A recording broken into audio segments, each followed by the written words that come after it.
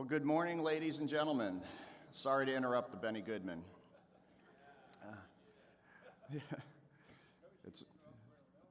Sing, Sing, Sing's a great one, yeah. Thanks to everyone for being here in our wonderful U.S. Freedom Pavilion for a continuation of the National WWII Museum's 80th anniversary of D-Day commemoration. And for those of you watching us online, thanks for joining us virtually. I'm Pete Crane, the Vice President of Education and Access here at the National WWII Museum, and it's my pleasure to serve as your MC for today's symposium, Beyond the Beaches, D+1 and the Battle for Normandy, put together by our team in the Jenny Craig Institute for the Study of War and Democracy. I know we don't have any World War II veterans with us, but what I'd like to do is recognize our World War II veterans, home front workers, and Holocaust survivors. Let's let them know that they're being thought of.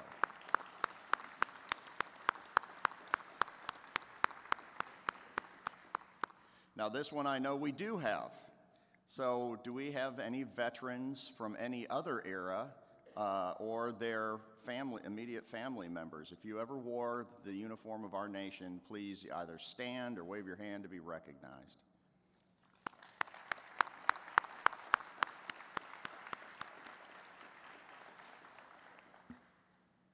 Thank you so much. You know, as many of you saw yesterday with our D-Day commemoration and programming, the museum, like much of the world, focuses heavily on June 6th, and rightfully so. For the museum, it was our birthday. For the rest of the world, it was the largest amphibious landing in the history of mankind.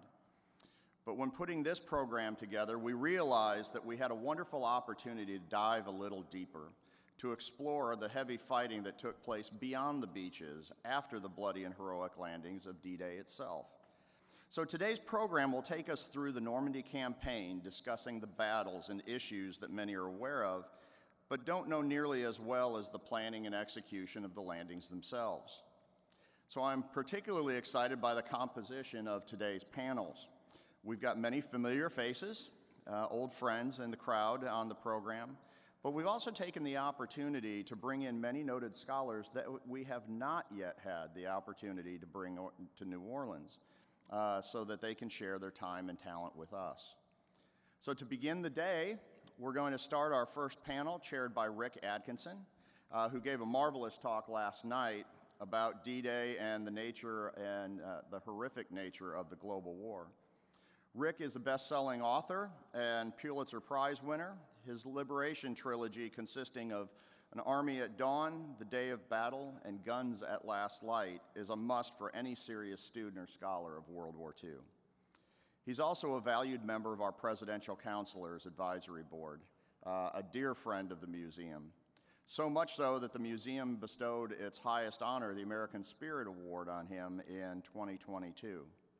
So to chair our first panel and introduce this session's speakers, it's my pleasure to turn things over to Rick Atkinson.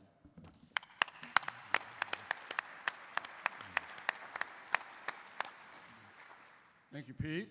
Good morning. Welcome to the first panel in today's symposium. The invasion of Normandy on June 6, 1944 had a distinct operational purpose: to sustain an invading army in France, first of thousands of Allied troops and eventually of millions, required ports. And the first sizable port the Overlord planners had in mind was Cherbourg, at the tip of the Cotentin Peninsula, not far from the invasion beaches. Eisenhower's planners called Cherbourg the most important port in the world. Those same planners, I mentioned this last night, had hoped to capture Cherbourg from German defenders on D+7, a week after the invasion began, and to reopen that port 3 days later. As a U.S. Army study later conceded, things did not go according to plan. Not least because, as one colonel put it, the defenders conducted, quote, the best planned demolition in history. Well, to help us sort out this critical phase of the Normandy campaign, we're lucky this morning to have two first-rate scholars who know it well. Stephen Burke is Professor Emeritus at the U.S. Army Command and General Staff College at Fort Leavenworth. His career has included 20 years of enlisted and commissioned service in the Army, from which he retired in 1992. With a PhD from Georgia State University, he has taught at several colleges, including Cal State Northridge and the Army School of Advanced Military Studies. His most recent book is a biography titled Tubby, who, as many of you likely know, was more formally known as General Raymond O. Barton, who commanded the 4th Infantry Division at Normandy and beyond, and among other things was friendly with Ernest Hemingway. Steve is currently working on another book about the 4th Division in the Hurtgen Forest Battle. Our other panelist, on my immediate right, has long been a fixture and good friend at this museum. Rob Citino is a Cleveland native who attended The Ohio State University before earning his master's and PhD degrees from Indiana University. He joined the museum staff in 2016 and served as the Samuel Zemurray Stone Senior Historian here. He's also taught for a year at West Point and for 2 years at the U.S. Army War College in Carlisle, Pennsylvania. Rob has published 10 well-regarded books, including The Wehrmacht Retreats, Fighting a Lost War, 1943, and The German Way of War, From the 30 Years' War to the Third Reich. Each of our panelists will talk for 15 or 20 minutes, and then we'll open it up to your questions in hopes of having a conversation. Steve, you're up. Stand up so people. Yeah, I think I will too. Let's see if this thing works. It's working? Go ahead. All right. Thanks, Rick. Thank you to the National World War II Museum and the Jenny Craig Institute for the Study of War and Democracy, especially Peter Kren, Jeremy Collins, and Connie Gentry for setting this up and helping with the logistics details. Being on this platform with two of my favorite authors who've taken much of my money is a real treat, I must say.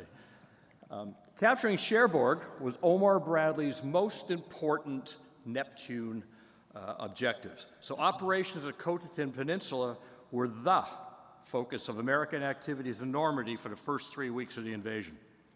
So for the next few minutes, I'd like to remind the sophisticated audience of the myriad events taking place in the days following the Allied landings in this one little piece of Europe, about the size of Connecticut. I'll briefly discuss in order the Navy, the Air Force, and then the U.S. Army. And I'll be short on details, hoping to get us some good discussion and questions later on. Navy. I'm convinced the U.S. Navy does not particularly care about D-Day or the events that followed. If you check Amazon, you'll find the offerings that focus on Rear Admiral Alan G. Kirk and his Western Task Force are essentially non-existent. That's a shame, since the Navy played a big part in the operation's success. By any measure, Admiral Moon's Force U, which supported operations against the German defenders in Utah Beach, was an essential part of the ground force's success. Mine clearing. Off the coast, the American and Royal Navies waged an intense battle against German naval mines. The cost of not winning this fight could have been disastrous. In some cases, the Germans got through. For example, on June 8th, the USS Rich, a destroyer escort, hit a mine near the St. Marcouf Islands. It sunk almost immediately, and 150 sailors, more than 70% of the total, were killed, wounded, or reported as missing in action. In another instance, LST-523, which hit a mine on June 19th, lost 40 crewmen almost immediately. We really don't know how many people are on that LST because they would just load folks on for the return trip, German POWs as well as wounded. We really don't know how many died on that. Naval anti-mine operations did not cease through the remainder of the fight to Cherbourg. By June 7th, the minesweeping group had cleared 3 broad channels to the invasion beaches, each about 2 miles wide. Nevertheless, by the end of June, mines claimed at least 10 ships, including 3 destroyers, 2 minesweepers, and 3 LSTs. Logistics. Navy planners developed a complex system of moving supplies from ships to shore. Of course, as in most cases where military plans are not practiced during realistic training, the system broke down. Under extreme pressure from the Corps commanders, the Navy began running LSTs directly on the shore. called the drying out system. The large ship approached the beach during rising tide and waited for the water to recede. Once the tide lowered, the bow opened up and the vehicles, supplies, and troops marched ashore. Once emptied, the wounded and POW boarded. When the tide was up, the ships reversed and returned to England. Unlike berths at a harbor, there were few limitations on how many of these large transports could be serviced at any one time. Utah Beach was exceptionally favorable for this system, unloading 7,500 tons of supplies in just the first 4 days. A second aspect of naval logistics that we mentioned yesterday was the support and creation of the Mulberry harbors. The Navy began constructing the American Mulberry A at St. Laurent-sur-Mer off Omaha Beach on June 7th. A week later, it had 2 piers operational and supplies began flowing. However, the success abruptly stopped when a massive storm hit the Normandy coast. For 3 days, intense gale-force winds pounded the 2 fragile harbors and prevented unloading from taking place anywhere, throwing dozens of landing craft and other vessels to the shore. Mulberry A was unrepairable, and for the remainder of June, the Navy struggled to keep supplies coming ashore. Fire support. The primary mission of Admiral Morton L. Deo's bombardment group, was part of Force U, was to destroy various naval batteries along the coast. The engagements continued for several days as the guns from the Aysville battery engaged Allied vessels in the landing zone. The USS Nevada, the veteran of the Pearl Harbor attack, finally silenced this battery on June 8th. The force's secondary mission was to support ground troops along the coast. The Navy's big guns provided much of the 4th Division's fire support for the first 3 days until the division and 7th Corps artillery arrived. To adjust fire, each infantry battalion in the 4th Division had a shore control fire party. Additionally, Force U dispatched single-seat spotting aircraft to acquire targets and request naval fire. By all accounts, the results of fire were effective, and the task force continued to support the 7th Corps advance until it reached Cherbourg. You can only imagine what the Germans, used to these fairly small artillery rounds, thought when naval guns came up shooting the size of a mini, over the top and hitting them. It's pretty massive. Admiral Deo's most dramatic contribution to the 7th Corps advance was his group's bombardment of the Cherbourg defenses on June 25th. It was quite a duel, and German batteries hit the USS Texas, destroying its conning tower, damaging 4 other ships. By the time the engagement was over, the defenders had killed 13 American and British sailors and wounded another 86. The Navy did not put any of the batteries out of action, but Collins wrote to Deo soon after, quote, "The results were excellent. It did much to engage the enemy fire while our troops stormed into Cherbourg from the rear." Air operations. Since the distinguished panel of my good friends are going to be presenting this afternoon after lunch, I will limit my comments here to just a few points that may or may not come up this afternoon. Mallory. Trafford, Lehigh, Mallory. My first is that we may want to consider performance of the AEF commander, Mallory. Comments by many contemporary Allied flag officers and later historians have forever tarnished his reputation and character. Indeed, Spatz and Harris despised him, as did many others in all services, including Montgomery. Of course, he perished in an air accident in November 1944 and never had the chance to defend himself. However, I think we need to take a broader look at his approach and realize that any serious understanding of the Normandy invasion and the aftermath must recognize his managerial competence. A single description of aviation activities on June 7th leaves one impressed by the scope of what is taking place. Between sundown on June 6th and sunrise on June 8th, Mallory coordinated the operations of more than 10,000 sorties. In flying over such a small area, it is incredible that there were not many more air-to-air collisions. Remember, this is an age of analog. This is the age of manual stuff. There are no computers to do this. Is all people doing it with stubby pencils. Pretty impressive. Airfields. A second point I'd like to concern, the Air Force's construction units. Building airfields for fighters, artillery observers, and transports had begun almost immediately after the infantry was ashore. In the Cotentin sector, the 819th Engineer Aviation Battalion began arriving on the morning of June 6th and moved to crossroads northeast of Saint-Mary-Église. By the afternoon of June 9th, the first Allied aircraft, a flight of 3 Spitfires, were able to land. No longer needing to cross the English Channel, the pace and intensity of air support gradually increased. By the end of June, the 9th Air Force had 11,000 men, almost all construction and ground support on the 2 American beaches, and construction would continue across France. And again, it's a story that's often missed. The engineers made the continuous air support of ground forces possible. Bombing. Finally, since I spent a decade researching and writing on the topic, I must mention the bombardment of small French cities and towns.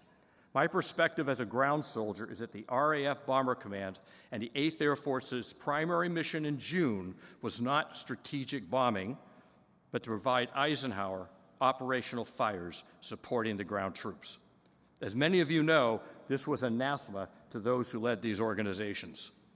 And as serious, they had no doctrine on how to provide heavy bomber support over friendly occupied nation. On May 10th, Montgomery's headquarters submitted a list of 26 towns they wanted destroyed on D-Day and D+1.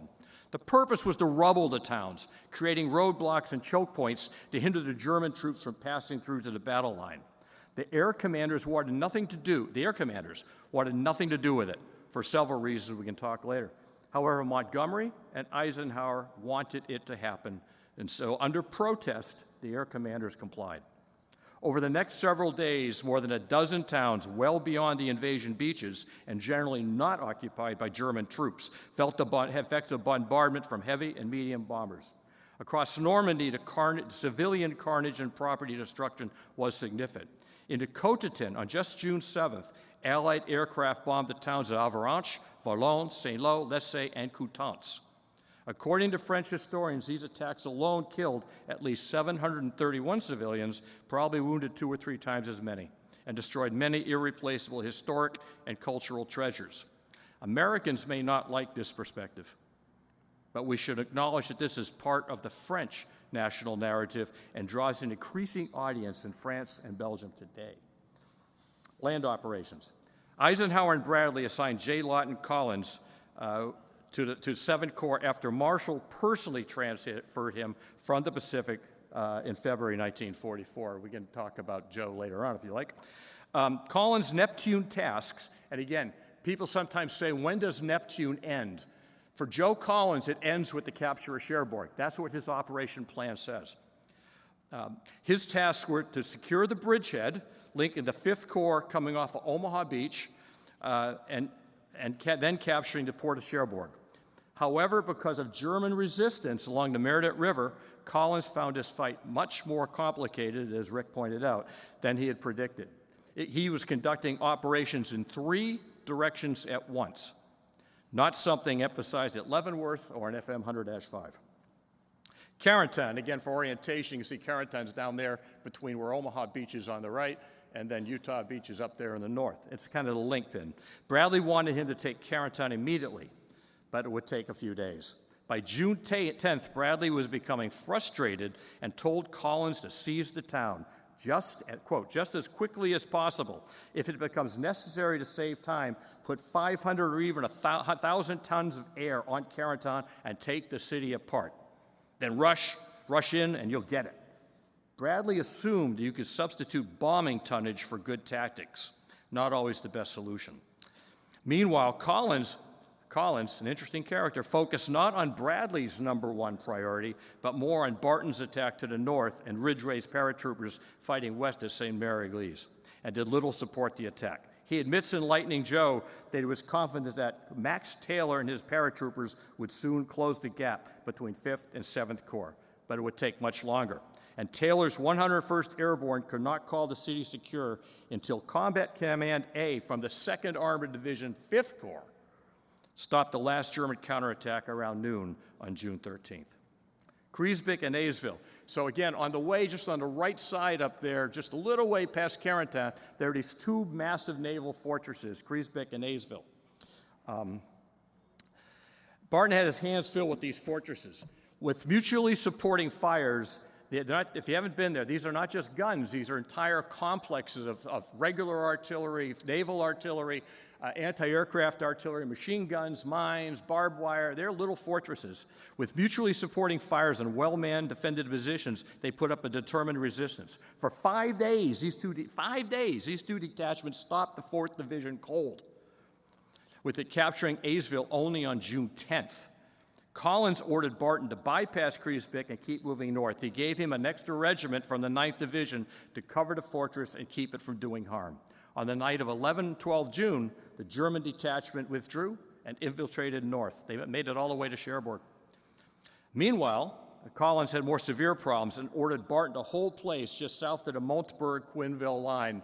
And again, that's about halfway up that little stretch there of Cotentin. Just hold in place.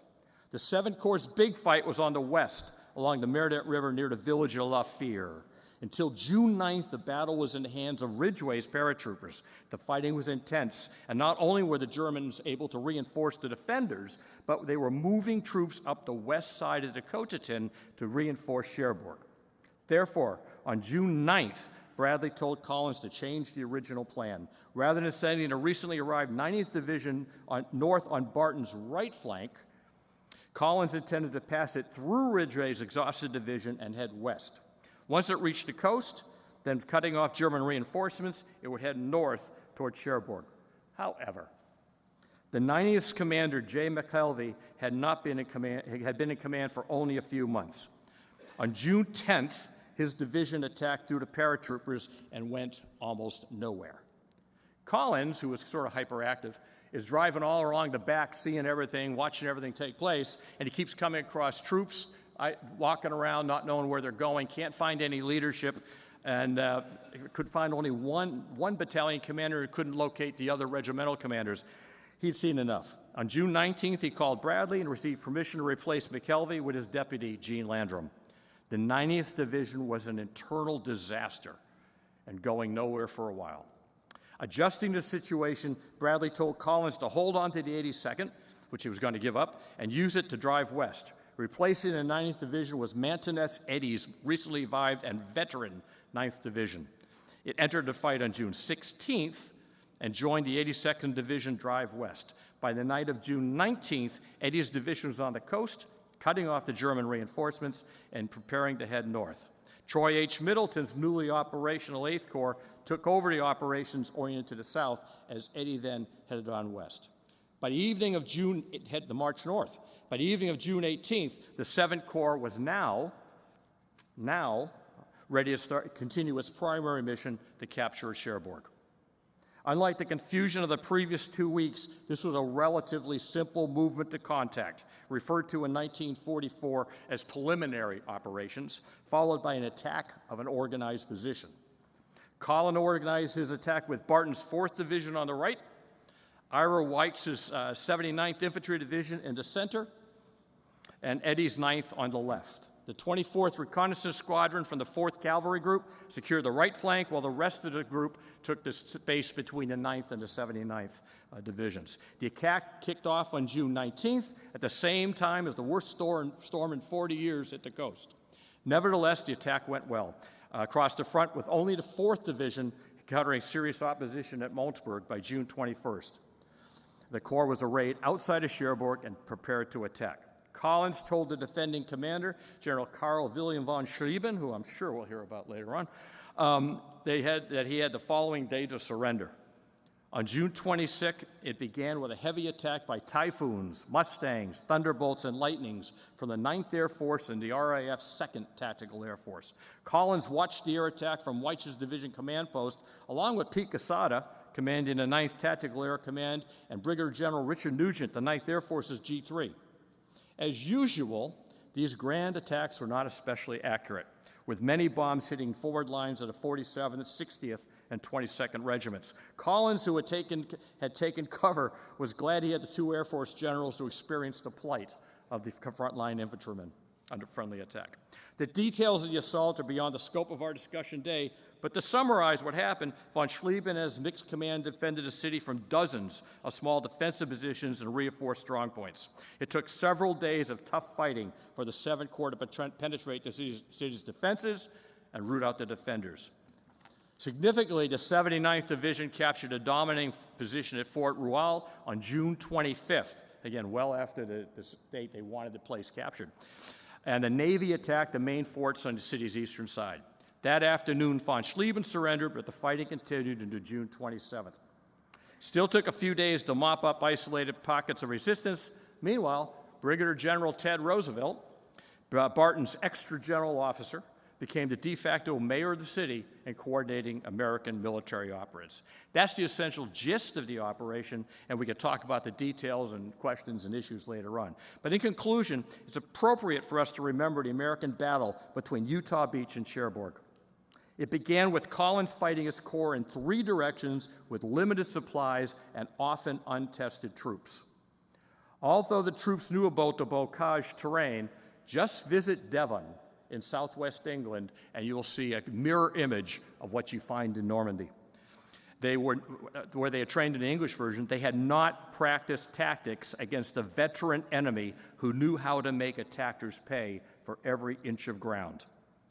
According to one set of figures in June, the 6 divisions assigned to 7 corps lost 21,833 soldiers killed, wounded, and missing.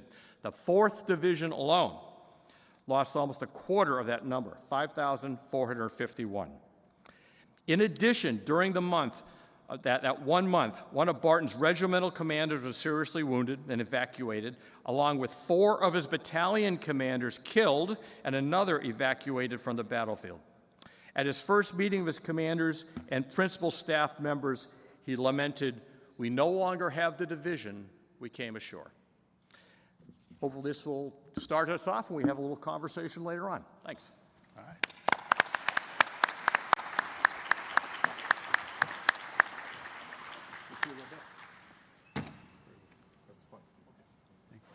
Thank you, Steve.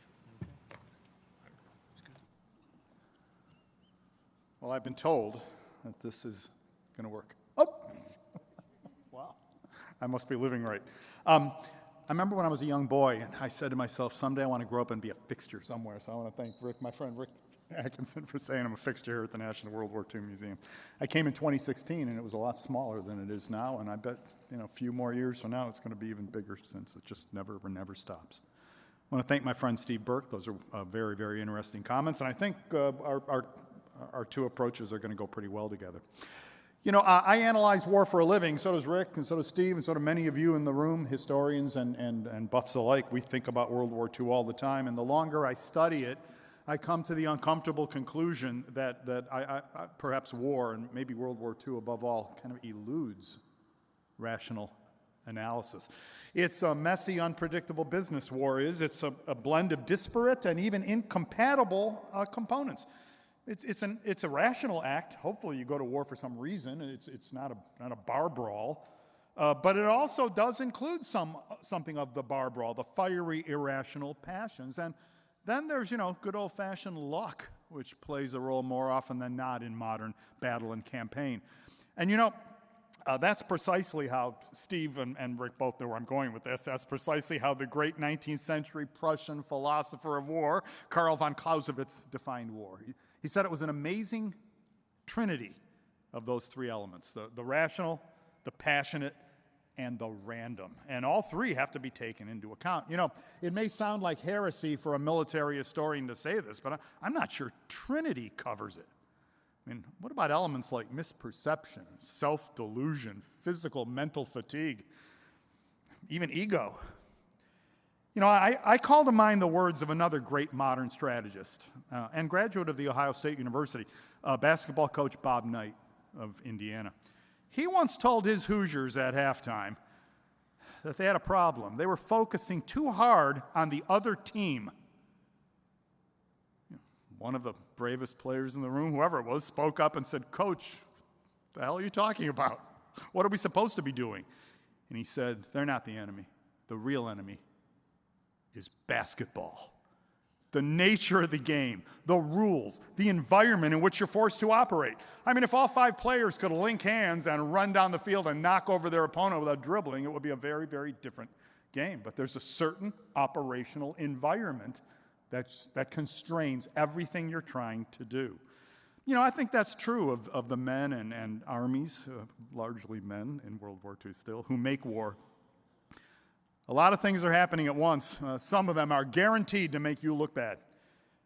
And at some point, and this is the point I really want to emphasize today, you wind up doing things you don't really want to do. You have a number of options, and they're all bad, and you have to choose the least worst option. It's a very, very different picture, I think, than much of military history, which anoints some generals as geniuses and other generals as dunces, and the geniuses always do the right thing, and for some inexplicable reason, the dunces always turn left when they should turn right.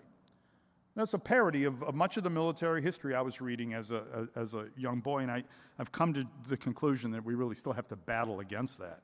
So with all that being said, let's take a brief tour, a walk through the Cherbourg campaign. There's occupied France in 1944. Strikes me that we're not always completely oriented as to where the various beaches are and where the various landings took place. On June 6th, U.S. forces landed at Utah Beach in Normandy. And there's Normandy circled with 3 arrows signifying the approach from southeastern Britain, from Kent, and then the drive to the coast. And there's Normandy, roughly the 50-mile stretch where Allied forces landed on June 6th. This little map here, I think, shows the real German defensive problem. The Allies knew where they were going to land, but the Germans certainly didn't. They had to defend more or less the entire French coast.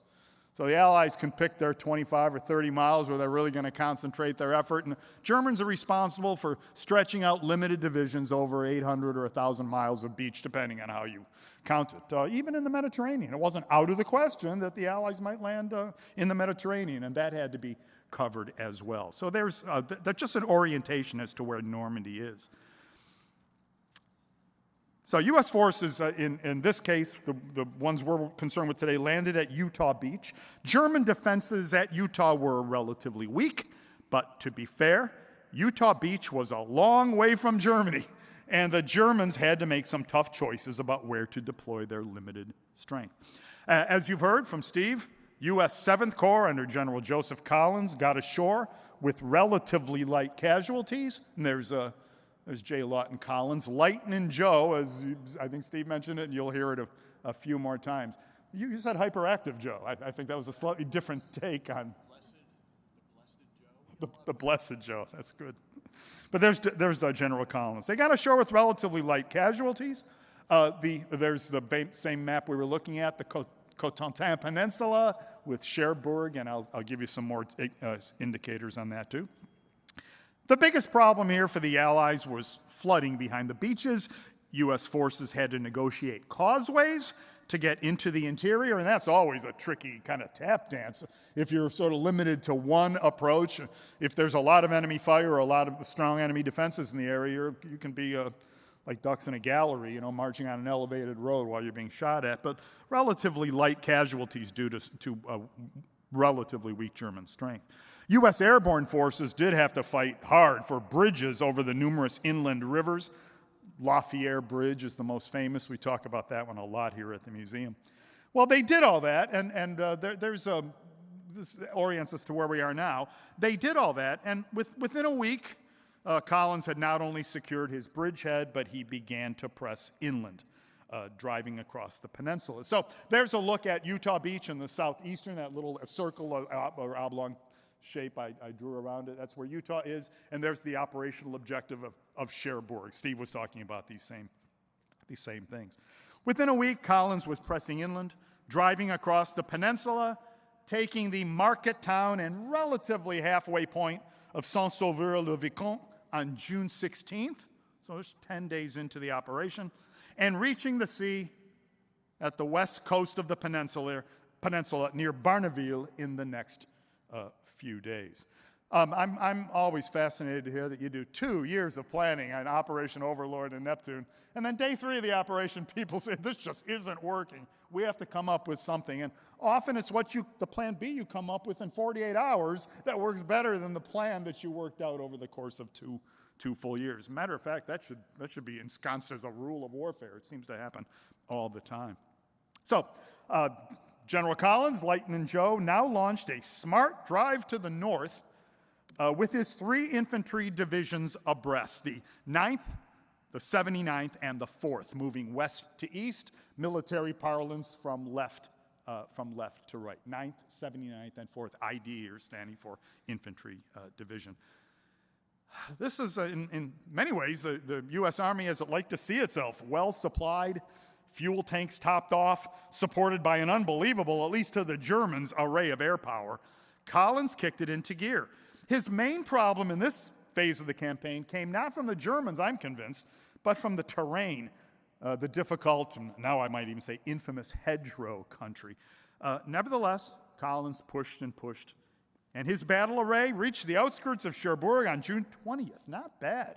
You can do the count. The men had only been in Normandy for 2 weeks. They landed on June 6th, and this is 2 weeks later. We're outside Cherbourg.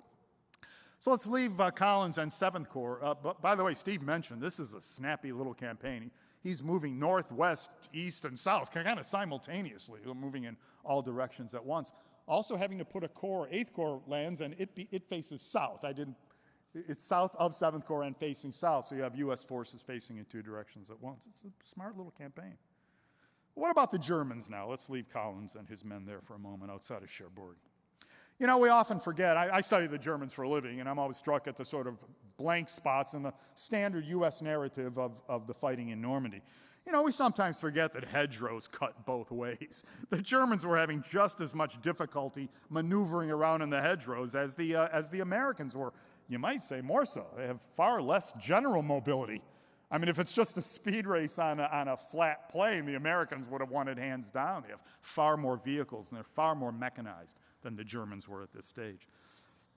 But the real German problem was not mobility or the hedgerows here. It was troop quality. They had elements of 3 divisions in the sector facing the Americans, and that's the good news. I mean, you say, well, 3 on 3. But the bad news was that one of those divisions was a static division. It had no trucks or means of transport. It was designed to defend the coast. Its ranks were filled with Soviet POWs who were of questionable motivation in the great battle in Normandy. A lot of people, I would say, in the German army at this point just trying to keep their head down. A 2nd division had fought the hard fight versus the U.S. paratroopers at Lafayette.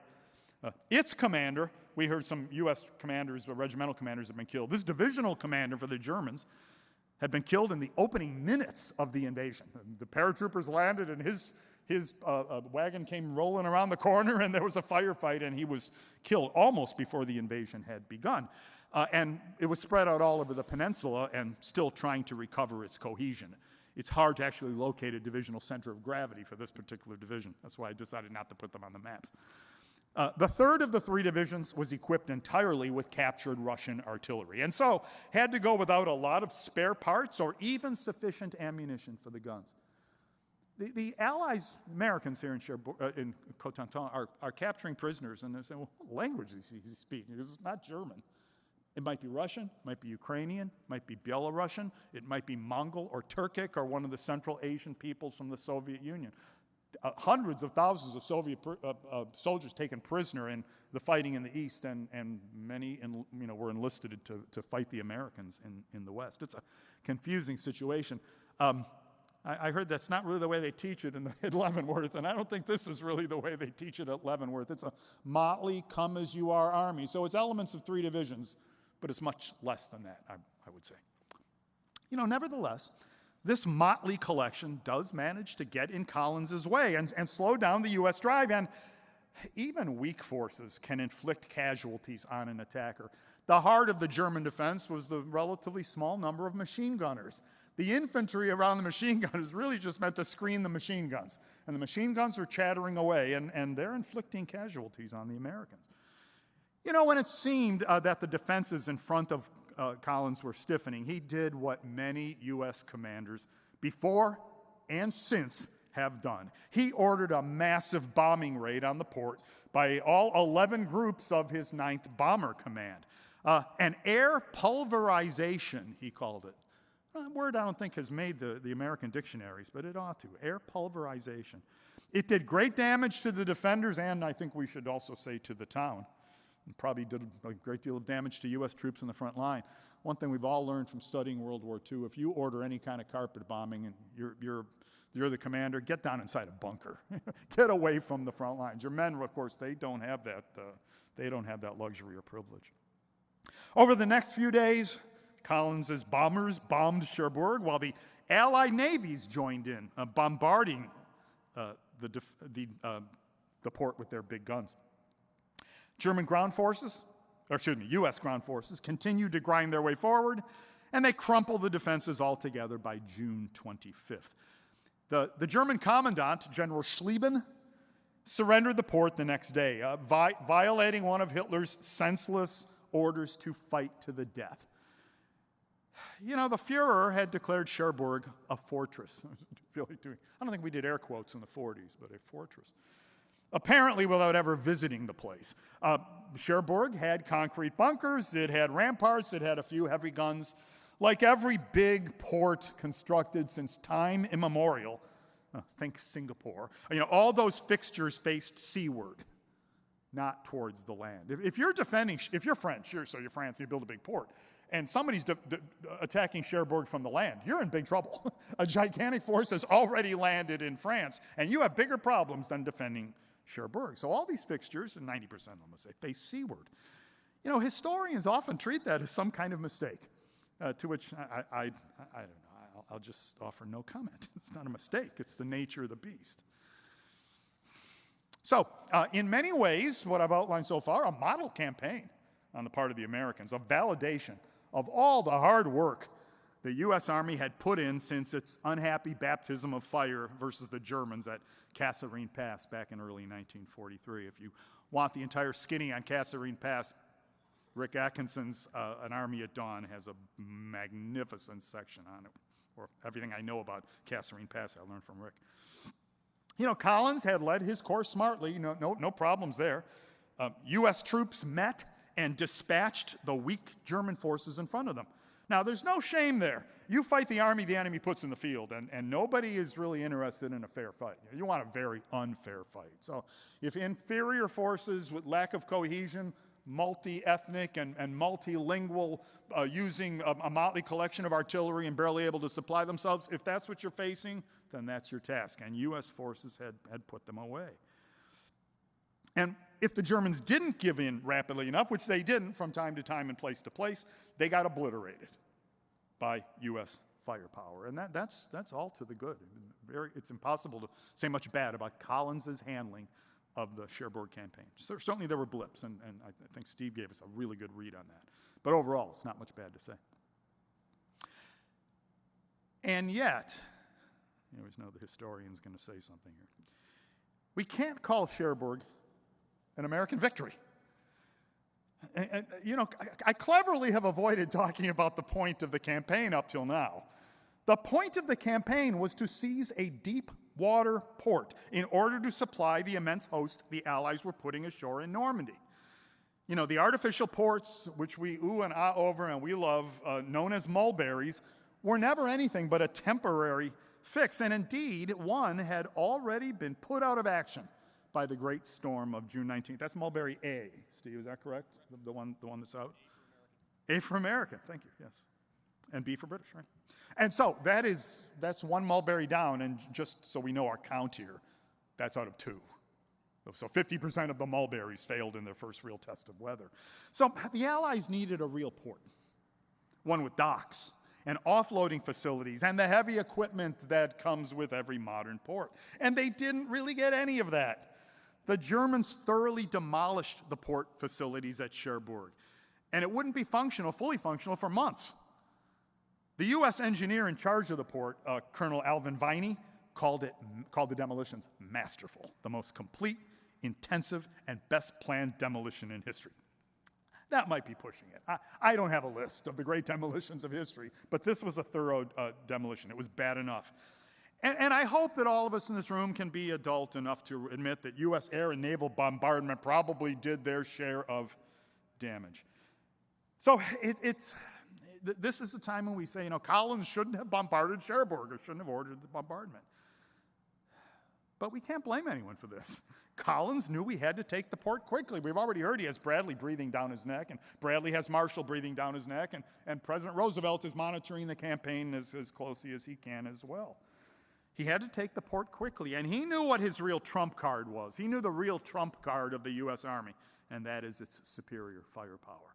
You know, I've been teaching undergraduates military history for a long time. And say the U.S. Army had more firepower than anyone else. They almost think you're insulting the U.S. soldier. We just won with superior firepower. I'm here to say, if I'm in an army in World War II, I want to be in the army with superior firepower. I want to go to ground and just wait for the bombers or the artillery to open up and pulverize whatever is in front of me. And so that is the Army's real advantage, and Collins used it to the max. You know, still, the campaign had caused 20,000 U.S. casualties. It's a little higher than that, actually, we heard. And it had not achieved the main objective. The negative implications of not having a port are going to prove to be incalculable in the months ahead. In fact, it determines the entire shape of the subsequent fighting out of Normandy, across France, and into Germany. The lack of supplies, the iffy supply situation. If George Patton were here, no doubt he would back up what I'm saying. But once again, to be fair, if it wasn't a U.S. victory, it certainly wasn't a German victory either. You know, think about it this way. Since the Germans were able to demolish the port so thoroughly, they could simply have done it from the outset, evacuated, and saved themselves 3 divisions in the process, which later on, you know, might have given a good accounting for themselves. They could have simply done it from the start. The last thing Germany needed at this point in the war was to burn 3 divisions for no reason at all. 40,000 men, which is roughly the casualty figure for the Germans in the Cherbourg campaign. But that's precisely what they did, is burn 3 divisions.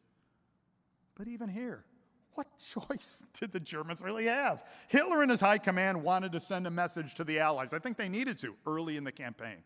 Don't expect anything to come easy. And if the German command ordered such an important target abandoned this early in the campaign, what sort of message were they sending their own officers and men in the field? I know what message I'd be reading. You know, I'm going to keep my head down. This campaign is just a matter of time. So let me strip away the veneer of the victory at Cherbourg, and here's what you get, I believe. A campaign, 1, that neither side could avoid, had to be fought. 2, that neither side was really able to win. And 3, that inflicted heavy losses on both sides. And that, more often than not, is what happens in modern war. You know, in that sense, bring this full circle, not to Clausewitz, but back to Bob Knight. Bob Knight was correct. The Germans and Americans may have been fighting against each other in the Cherbourg campaign, but both found themselves struggling against the real enemy, and that is the nature of war itself. Thank you very much.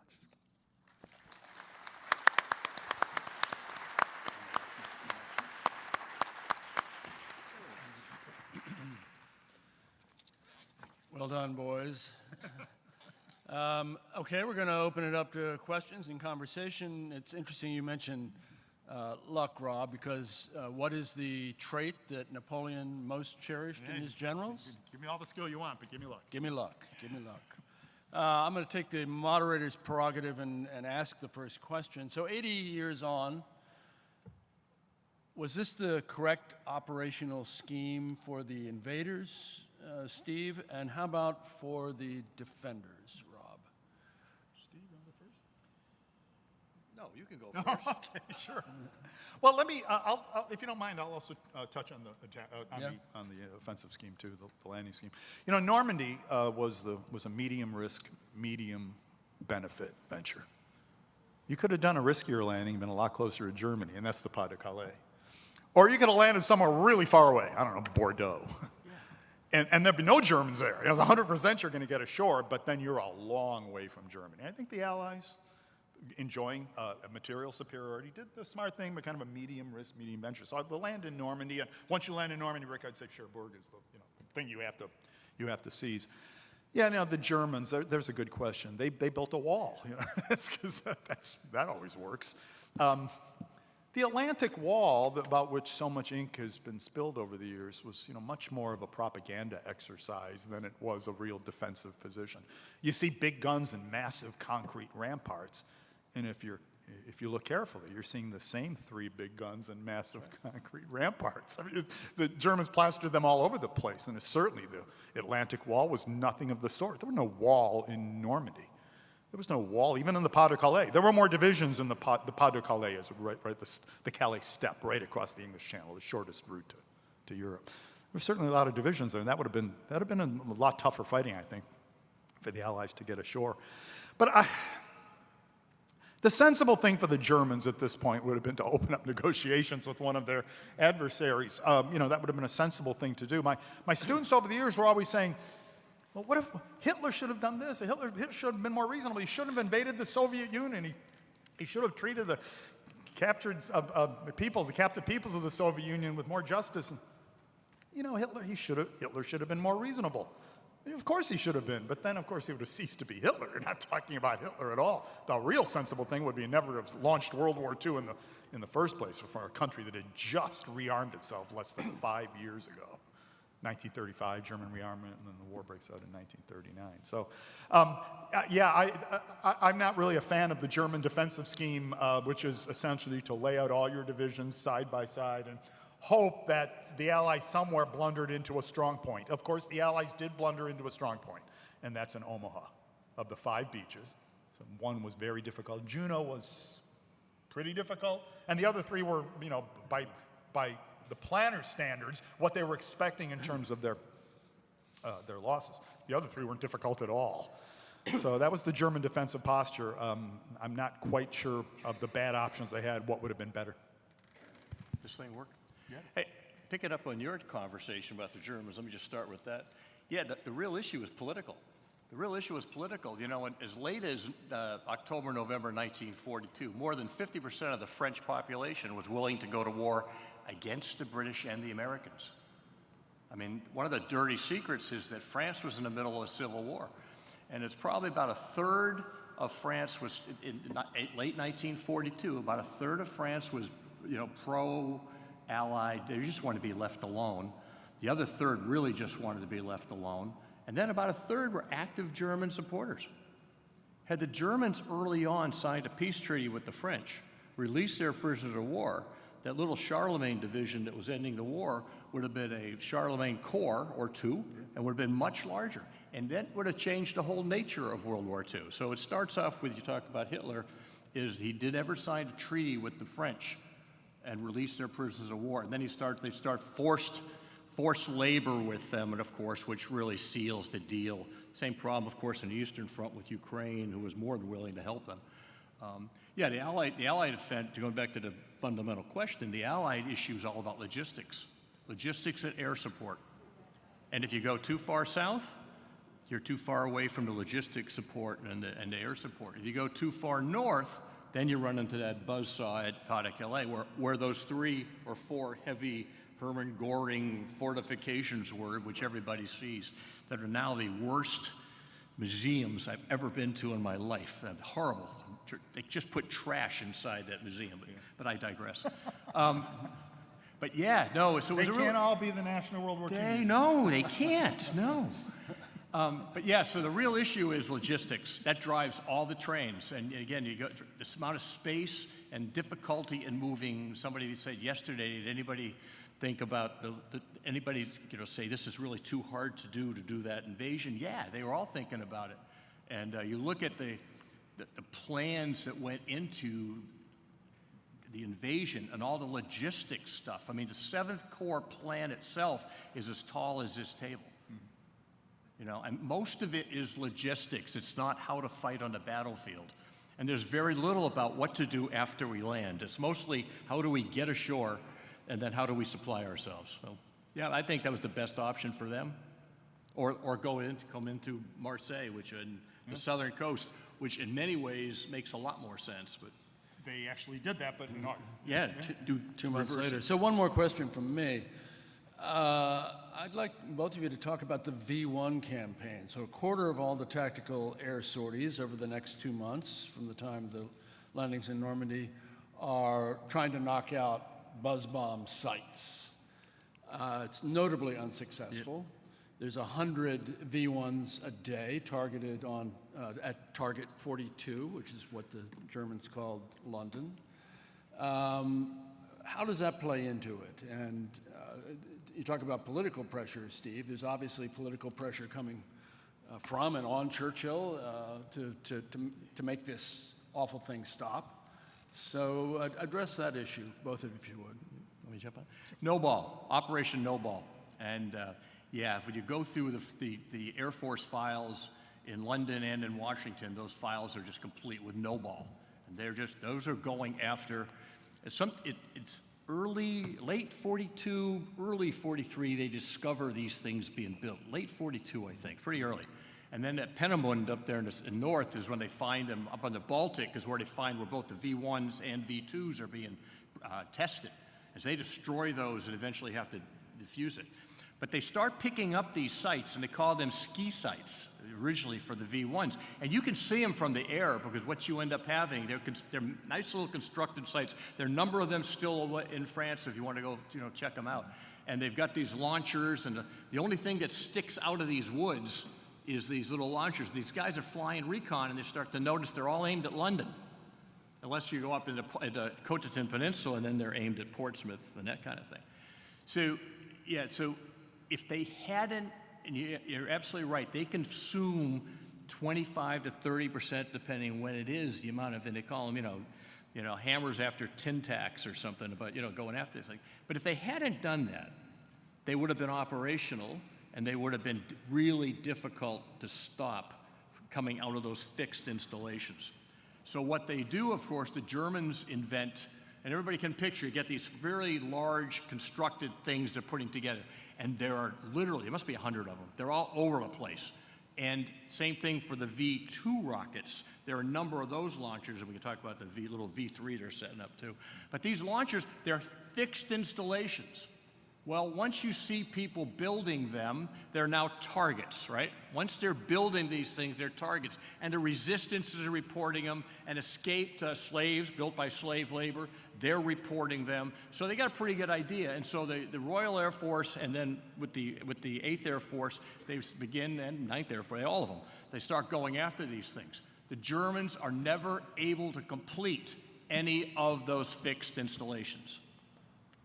Not a single V1 or V2 is launched, that I'm aware of, from a fixed installation. So on one level, the bombardment, it makes great sense, because otherwise they would have been ready, 6 months, 9 months early. They don't start firing till a week after D-Day. So it's really kind of good. But what the Germans do then is they improvise, and pretty soon they're making these essentially portable little operations. They'll go in at night, they'll they'll drop a rail, they'll cover the rail up, then they'll go away. And the next night they'll come in, they'll rail in a couple of trucks, they'll drop the launcher, they'll drop the missile on the launcher, they'll raise the launcher, fire it, put it down. And unless you happen to be an aircraft that sees that thing popping up, that thing's going to launch. And so they're able to launch an awful lot of them. And they do pretty good. Of course, those of us who lived through Desert Storm know the old Scuds. That comes right out of the book. They invented it. So I think it was a worthwhile, very politically driven, of course. Eisenhower, as you know, says, gets old Spats aside and said, I know what you want to do, but this is number one priority for a while. But I think it was a worthwhile drill because it kept them from using the fixed launchers. An alternative? Yeah. Not sure what there is left to say on that, but that's great stuff, Steve. I feel sorry for the air forces of all air forces of the 20th century. The gigantic city-busting weaponry. Like the B-17 over our heads right now. And at some point, somebody says, you have to destroy individual tanks. You have to go tank plinking. Or you have to find mobile Scud sites and destroy them. It's a truck. So it's a big nowadays, it's a B-52. It's many, many times the size of that, and you're going after individual trucks. I mean, what good is an Air Force if you can't destroy an individual truck? And so it's a force configured for a certain mission that new missions pop up all the time. The V weapons, V Vergeltung in German, it means revenge or vengeance weapons. This is part of Hitler's late war strategy, which, if you don't mind, I'll give it 3 sentences. It's a strategy of a sort. Will make the Allies fight for every piece of ground, and meanwhile, while they're fighting for and their resolve will weaken, and there might even be a crack in the alliance between West and East. So that's part of it. We will fully mobilize the German people. Volksgrenadier and Volkssturm weapon units. Volksgrenadier, you're combing out men who are in hospitals. That always works. It's like the 3 of us. Yes. Give us some Panzerfaust and set us loose. And then there's Volkssturm units, which are it's a little boy and Opa fighting next to him. So we'll fully mobilize the German nation, and again make the Allies pay for every bit of ground, and then these vengeance weapons will come online, and they'll terrify Allied civilian populations. And these are democracies, civilian population. The will is very weak, and eventually they'll demand an end to the war. That is Hitler's late war strategy. We could pick apart, I guess it's 3 elements. It's a triad of sorts. We could pick apart each leg of that triad and see that it didn't work. But, in the last year of the war, civilians are sitting under a reign of ICBMs, or at least the forerunner of the ICBM, the V2 or the V1, I guess kind of a forerunner of the modern cruise missile. These things come out of nowhere and they pack a big bang. And if you're used to being under bombardment by piston-driven aircraft, you hear the drone a long way off, you do have, relatively speaking, time to take shelter. Their payload is limited. You learn to live under it. And everyone had learned to live under it by 1944, but I'm not sure a V1 or V2 bombardment anyone had learned to live under. The great film of the 1950s, The End of the Affair, everybody have seen it here.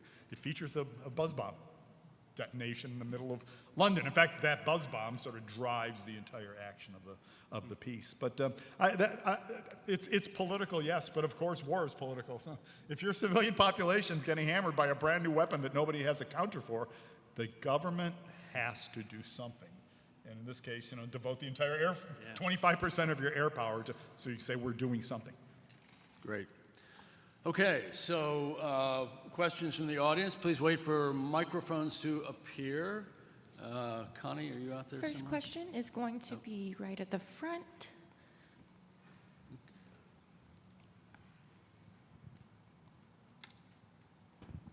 Yeah, if the main objective after they landed was to capture Cherbourg for the port, why was not that the first objective? Why didn't they land in Cherbourg and have the port right there? Well, I have a quick answer, and I'll turn it over to Steve. Probably can say some things on this too. Well, the Allies have tested that thoroughly in 1942, landing at a port. Yep. How'd they go? And it didn't go well. It's, I guess, Operation Jubilee, the largely Canadian landing at Dieppe, which had, I guess, in the vernacular, been shot to pieces. Heavy casualties, and those who weren't killed were wound up taken prisoner by the Germans. So what the Allies learned from that, it was going to be very difficult to attack a port directly from the sea. The heavy guns that we spoke of that are turned seaward are going to play havoc on the landing force. That was the original thought. Well, let's land as close to a port as possible. And then we said, no, this is going to have to be a beach invasion as close as possible where the beaches are to a port, and then seize the port from the land. Yeah, and it's interesting that Cherbourg and Dieppe look very much like each other. I mean, Dieppe is down there in a little bowl everywhere. In fact, first time I went to Dieppe, I go, what kind of idiot would ever want to land here? Canadians, what were you thinking? What in the world do you want to land in Dieppe? Because you got a couple of roads up, and that's it. And so it's very much the same way in Cherbourg. Cherbourg's a bowl, and you got to go up and out. In fact, that's how you do it. And around Cherbourg, because the Germans are pretty good at map reading and they're pretty good at defenses, that whole area, all the way from Barfleur on the east to Cape de Hague on the west, there's fortifications everywhere. And these are naval batteries that are there. So these are long guns that are designed to take out ships. So there's no way you're going to land on the north part of the Cotentin at all. You're going to have to park somewhere on the east flank. Probably not the west flank because it's just hard to get there. So Utah Beach, of all the places you could land and get there, it's a half-hour drive. Yeah. Today you get there, it's a half-hour drive to Cherbourg. And then Colin and Bradley probably thought it was going to be a half-hour drive up to the. It didn't work that way. The enemy gets a vote. So it really was the indirect approach. If you go back to Liddell Hart and his discussion, it was the best place to land for them to get enough logistics ashore and supplies ashore. Remember, supplies drive all of this. We have the most mechanized army in the world. The German army is still depending on my friend Flicka and Mr. Ed for logistic support. Okay. We have the most mechanized army in the world, and but you got to get it ashore and get the fuel ashore and the ammunition ashore. You know, if I could put in a good word for Field Marshal Montgomery, which I try to do at each of these gatherings. He deserves some credit. Yeah. Usually to the hisses of the crowd. Utah wasn't even part of the original plan. It was the Omaha and then Gold Juno and Sword. Utah was put in late because Montgomery said, well, we're not close enough to a port. You know, if you want to get Cherbourg, we better land somewhere up the Cotentin, and that would be Utah. You know, the operational details said we're going to take Cherbourg in hopefully in a week, something like that. You know, but there is some loose talk around U.S. headquarters that we'll just jet up there right after the landing. It's only a half hour away, maybe an hour away by jeep. You know. And of course, that proved not to be true. And again, put in a fair word for Marshal Montgomery. He said, well, we'll take Caen the first day. And then he didn't. You know, he didn't take it for over a month. And he always gets a lot of bad press for that. But the notion of... We can talk about that one. That's another thing we can talk about. But you know, the notion of, well, if we land and we have an opportunity, let's roll forward as fast as we can. I like the fact that people are thinking optimistically. But in many cases, there's also you're thinking unrealistically. You're doing a map exercise, and then suddenly you're doing it in real life, all the problems and men facing machine guns. Well, again, it pick up again. No one think those two fortresses, Kriesbeck and Aysville. I mean, again, you go there, and the Kriesbeck one has been. The Aysville is still just a park. They just got the batteries. Kriesbeck has actually turned into a visitor center, and they've restored it, and they got pretty good examples of not just the guns, the naval guns. But by God, they got a supporting artillery battery. They've got all the air defense elements that are there. They've got machine guns. And so while they knock out those pretty much the guns, the actual naval guns are sort of put out of action within 48 hours or so. The positions aren't taken. I mean, these are seriously defended. They didn't plan anything I saw in the plans that I've looked through, and it makes me want to go back and look at them again. About what are we going to do when we hit those fortresses? Because that's the real. I mean, these Germans, Walter Olmsen, I think is his name, and this lieutenant just stops the U.S. 4th Division cold, just absolutely cold, and that wasn't in the plan. And I'll add, just as a postscript, there have been other unfortunate examples of trying to directly assault a port in Operation Torch, November 8, 1942, the American and British invasion in North Africa. There was a direct assault, much smaller scale, on the port of Oran, and it was a complete catastrophe against the French. Not defended by Germans, defended by the French. Trying not to smile right now. The camera's on. So, anyone who knew about first the rigor of the defenses at places like Cherbourg and knew about the history of operations like Oran was going to find some other way other than direct assault against a port. It's a good question, though. It is, good question. Next question is going to be towards the center. I can't help asking and wondering and asking you fellows, what do you think, and it's highly speculative, what do you think, how do you think it might have played out if the Allied command had said, Omaha's too hard a nut to crack, let's pick another objective maybe west of Utah and do that? I'll start. I have just a brief one. So you're not talking about evacuating Omaha after the bloody first day. You're saying like let's not do Omaha at all. That's interesting. I'm not sure why the Allies, what intelligence they would have had that would have made that decision. That made them take that decision. But let's assume for purposes that they had some intelligence that there were strong German defenses at Omaha. So two up the peninsula and then the Canadian and British beaches to the east. You don't have one landing, you have two landings, and they are widely separated. There's about, 20-mile gap, between the landings and the peninsula, Cotentin, and then the British and Commonwealth beaches to the east.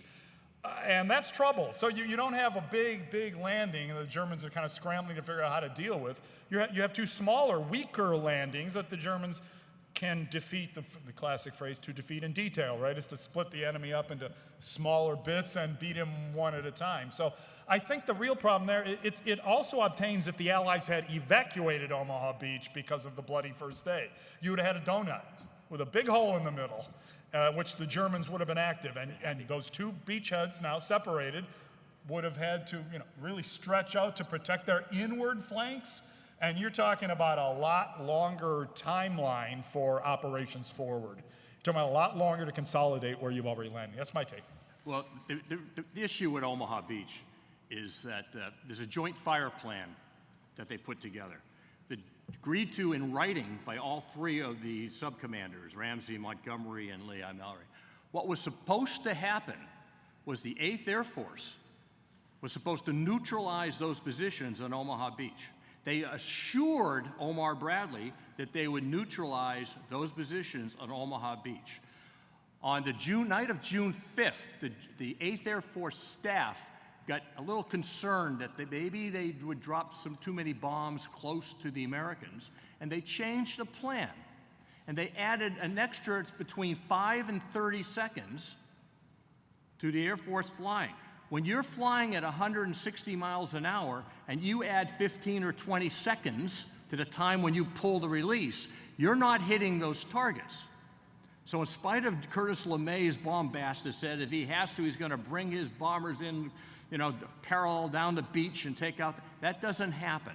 So they come in, they delay the bombs, and so not a single German target on Omaha, Gold, Juno, or Sword is hit by the 8th Air Force.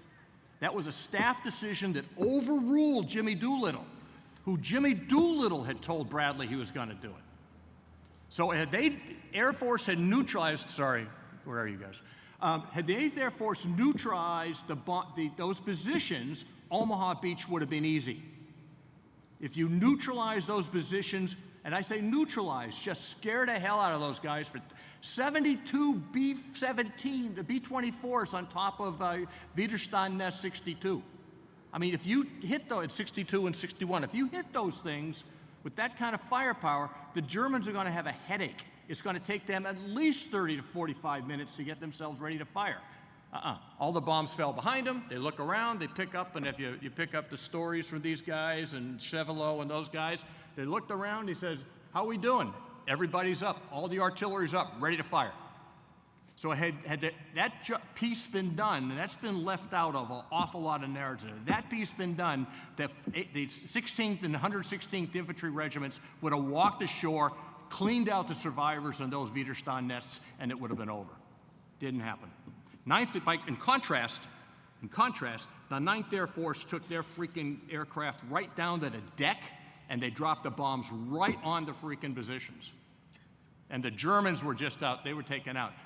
Barton comes ashore and he goes, oh my God, I can't believe the damage these guys did. So it's a tale of two cities there. But that really, Omaha makes great sense because of the reasons you point out. But if the joint fire plan had been executed as designed, it would have been fine. I'm sorry, I let that piece out. Next question Steve, you towards should the back. find a subject that interests you next time, I think. I'm sorry, I'll go home now. No, don't do that, Steve. Thank you. Did the results of the Cherbourg campaign inform or precipitate the attack on the port of Brest, or was Brest and the Brittany campaign all part of Normandy planning? The Cherbourg impact, the attacks on Brest and the other minor ports. I don't know. I haven't said, they're all, yeah, there's always going to be some sharing on it. These guys are improvising. What stuns me is after the assault, how quickly things are happening. And I think you got to remember, sometimes we forget, this isn't the professional U.S. Army we know today. These are you know, the leadership is 18, 20 years old. The planners are 30, 35 years old at the senior levels. I mean, Eisenhower's an old man at 54, 55, and 53, whatever. I mean, these guys are young people, and they really don't have the lessons learned to rapidly share that kind of information. We were talking yesterday about the Pacific. I mean, Pete Cortlandt, who commands a corps, who's an experienced combat soldier in the Pacific. Pete Cortlandt comes into sent by Marshall to go talk to Bradley and the gang about landing, and Beadle Smith tells Cortlandt to shut the hell up and get out of his office. I mean, there's not a lot of sharing. These guys figure out what they're doing and they roll, and then they change it because it's not the 7th Corps that's going to Brest. And so we have these different units. So the short answer, my impression is that they're happening so fast that they haven't been able to assimilate the lessons from the previous fight yet. There's an argument over whether you need to go into Brittany at all. Once the breakout happens, it's taken till well into August. You're basically rolling, and you can see that the German defenses across France are pretty weak, and there are those who think that you can't leave fortified positions behind you in Brittany, and there are others who are arguing, who cares? We've got them isolated, they're not going to hurt us. And ultimately the decision is made, the correct decision, I think. There's Paris, let's go liberate it. That happens on August 25th, 26th. So Steve's exactly right. This is an ongoing conversation, argument over exactly what we should do now. But if just to kind of throw in my 2 cents, certainly the drive into the Brittany Peninsula with all those, we call them minor ports, and then culminating in Brest, far off to the west. That was definitely informed by the need for a port. I mean, the need for a port is informing everything. It's the one place I would say, Hitler made some correct, he said, these are all fortresses, don't abandon them. And they all, their garrisons lasted until the end of the war, and they all tied up a U.S. division or two. So it's one of the few places I think you can say the Germans were carrying out a sort of a correct operational posture, I guess. But then you talk about the failure of planning. I mean, so the key port, and you talked about it yesterday, is Antwerp. I mean, Antwerp is the key port.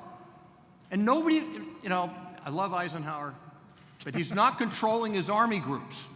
The right answer is, hey, Monty, take your army group, Dutch, seize Antwerp and seize the Scheldt estuary. Open that port. But he's not. They're worrying about all kinds of the market guard. What's that have? Clear the port. And that does not become the major, that should have been after everything else. Drive up towards that North German plain on the west of the Ardennes and drive on up and have Montgomery's army group take out Antwerp. Doesn't happen.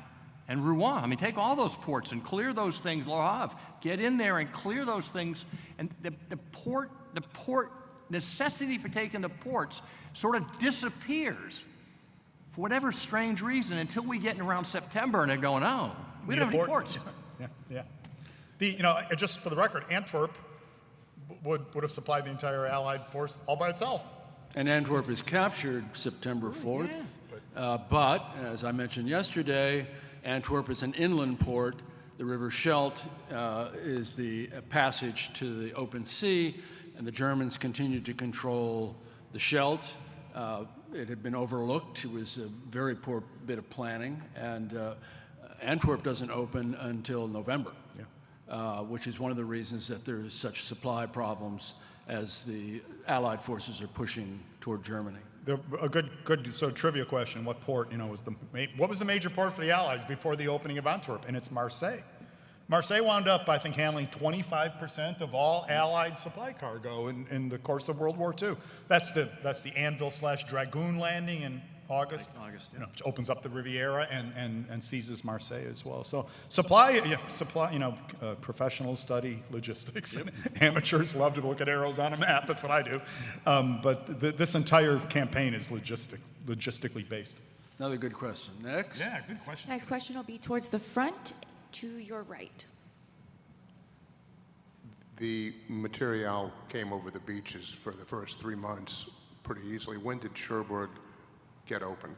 September? Yeah, Cherbourg is not sort of officially open for business until September. But it really it's really not really open for business. And then it's not completely open for business. I don't think Cherbourg was at full capacity for the rest of the war, frankly. The first Liberty ship doesn't arrive until mid-August because the wreckage is so thorough. The Germans have also, as Steve alluded to this, mined everything that could be mined. It was a very treacherous place to try to clear. They're still running submarines off there. They know where we're trying to bring stuff, and so there's still submarines off there and patrol boats. So it's really the beaches and in Marseille, the beaches, the over the shore beach landing thing, which by the way is something the Navy didn't want to do. They said we can't do it; it'll break. That becomes the most effective part of the operation for the first 90 days, 120 days. Mulberry A is destroyed, Mulberry B is damaged, but they take pieces, floating pieces of Mulberry A, and kind of glue it to Mulberry B, and Mulberry B will help supply those armies that are moving across France for months. That comes with the detailed instruction manual, how to take part of it. Right. And here's your glue. And some glue, and you're good to go. We're going to stay in the front. You fellows raised a intriguing point to me. I think of the relationship with the French about, hey, we're going to free them. And one of you fellows said they were at the verge of civil war. Would you elaborate on how that complicated D-Day and all the events after that? Yeah, the question, of course, is what the French relationship, again. So the way it works, if you take kind of a needle, you get around the end of 1941 or so, the needle is, we're all supporting the Germans, and there's a little bit, not so much. And there are no French men. You got to keep in mind, the French men are not there. They're either in prisoner of war camps, the Germans don't release the French prisoners from the 1940 campaign, or they're in forced labor, or they're working contractors. One of the dirty stories is how much contractual work is done by the French to support the Germans, guys like Renault. All the not concentration camps, those too, but the bunkers and stuff are all built by French contractors, working for organizations. So the men aren't there. So anyway, the issue becomes that by the time you get to the end of 1942, things have changed. Barbarossa is not going well. They're drawing people. They're starting to exchange troops between the Eastern Front and the Western Front. The nice German boys who've been sitting there hanging around in Paris, they're now being replaced by some rather uncouth characters, not to mention the Russians, Georgians, and Poles. And so the French public opinion starts to change. Now, keep in mind, Vichy's still there. Awful lot of Frenchmen are very happy under Nazi occupation. Dirty secret. Very happy, and you can cut sites. Robert Paxton talks about that, of course, the whole Vichy syndrome, landmark book back in the 70s. What that means is that there's a lot of holes in the Germans, in the French structure. So as they're creating the FFI and the various French liberation forces, the Allies aren't going to talk to the French. They aren't going to share. I mean, de Gaulle does not know that the invasion's taking place. They don't know that. They aren't sharing information. They're not sharing intelligence. They're really kind of afraid to supply weapons and stuff, for that stuff may go away. So an organized French liberation movement that now, which was the original 1/3 of the country, is now coming to arms and they're ready to fight. They aren't getting the support they need. So it really does hinder, to a great degree, what's taking place as far as the invasion planning. Again, the French aren't involved in the planning at all, except they do pull one armored division out, bring it ashore in France, in England, and re-equip it. They get rid of all the Moroccans and Central Africans. They kind of whitenize the division, and they get it all ready. And so when you liberate Paris, this French armored division is going to be the one to liberate it. But other than that, the French aren't involved too much in the planning. France is split up into essentially two halves for occupation purposes. There's the Vichy regime in the south, and that's French ruled at least, and then there's direct German occupation in the north. So in the south, if you're in the French resistance, you're being killed by Vichy French police. And that's very much elements of a civil war. And the same thing, there's collaborators in the north, and there's resistors in the north, and they're shooting each other as much as they're shooting anybody else. At the end of the war, de Gaulle creates a myth that all Frenchmen were on board with the resistance. And you say, well, really, President de Gaulle, really General de Gaulle, all Frenchmen, well, no true Frenchman would have fought for the Germans, would have fought for the Axis. It's that syndrome, no true Frenchman. But Frenchmen were killing each other on both sides. There's an even more deliciously complex situation in Italy. Yep. At the end of the war. There's people, Italians fighting Italians, some on the side of the Allies, some on the side of the Axis, and some just settling old scores. Yeah, one of the things about is understanding. I've actually talked to French groups over there, and they don't have a grasp. For us, the war's over there. The war's over there. For them, the war's here. I mean, literally, there are neighbors turning in neighbors. They don't trust anybody. They don't talk to anybody for 20 years after the war. I mean, there's so many, it is such a divided country. And again, Italy's the same thing. By the way, the rest of Europe is like that. Yeah. If you want to, you go scratch and spend time talking to Europeans of that generation. I mean, they couldn't trust anybody because everybody they trusted was turning them in, or they were doing the turning in. I mean, the complexity of European society for those first 20 years after the war is just incredible. And of course, de Gaulle, whatever you think about de Gaulle, he says we're going to, the Paris Commune in 1871, they killed 40,000 French civilians. The French killed 40,000 of their brothers in the Paris Commune in the 1870s. So de Gaulle doesn't want to see that happen again. And so his number one goal as he's moving in, taking power, and by the way, as you know, Roosevelt doesn't want that to happen. He would have anybody but de Gaulle. But de Gaulle is going to try to hold the country together. And he tries to paper over the myths, kind of de-arm the Communist Party liberation guys, and he makes it a myth that the French are doing most of that. Of course, they're doing that in American uniforms, American tanks, American fuel, go down the list. So it's an interesting study when you go over there and talk to them and spend time over a few glasses of wine in the little pubs talking about post-war French society. Kind of interesting.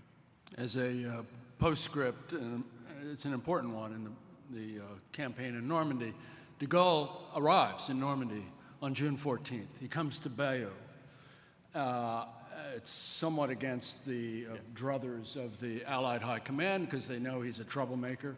They've told him he can bring a very small contingent. He brings basically a platoon with him, and he brings a suitcase full of 25 million francs. And he announces on that day that this is where France begins again. France will be reborn here at this moment. It's a very dramatic moment. It helps to establish his bona fides, and it helps to sort of plant the resurgence of free France in France. It's a great question because that whole story you could spend days, teaching French history in college. You could spend days on, but the Americans want to put an American military government or Allied military government in charge of France. That's what the American and British, that's what they want to do. They want to put an Allied government in charge of France. And de Gaulle says, like they did in Morocco, and he says, no, we're not going to do that.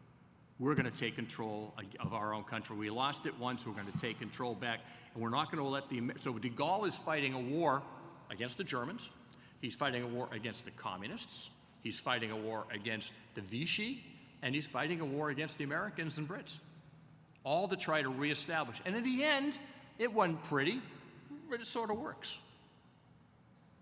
Ladies and gentlemen, Rick Atkinson, Rob Citino, and Steve Burke. Right. We done? I guess. I thought we were Cool.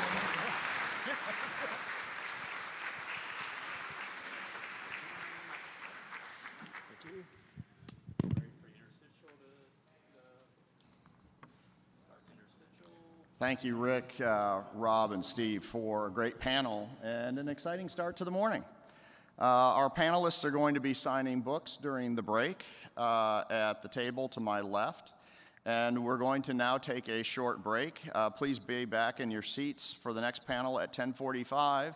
And if you hadn't heard it already, if you'd like, there is a high school band outside. So feel free to go on out and enjoy that as well. But we'll be signing books right on over here. Thank you.